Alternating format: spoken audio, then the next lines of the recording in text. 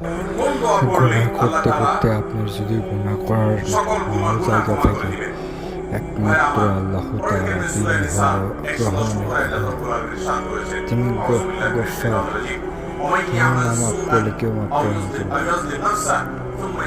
কারণ যতই গুনাহ করো না কেন, আল্লাহর কাছে কান্দাকাটি করে আল্লাহর কাছে চরণ কাছে আল্লাহ তাআলা খালি হাতে ফেরায় না।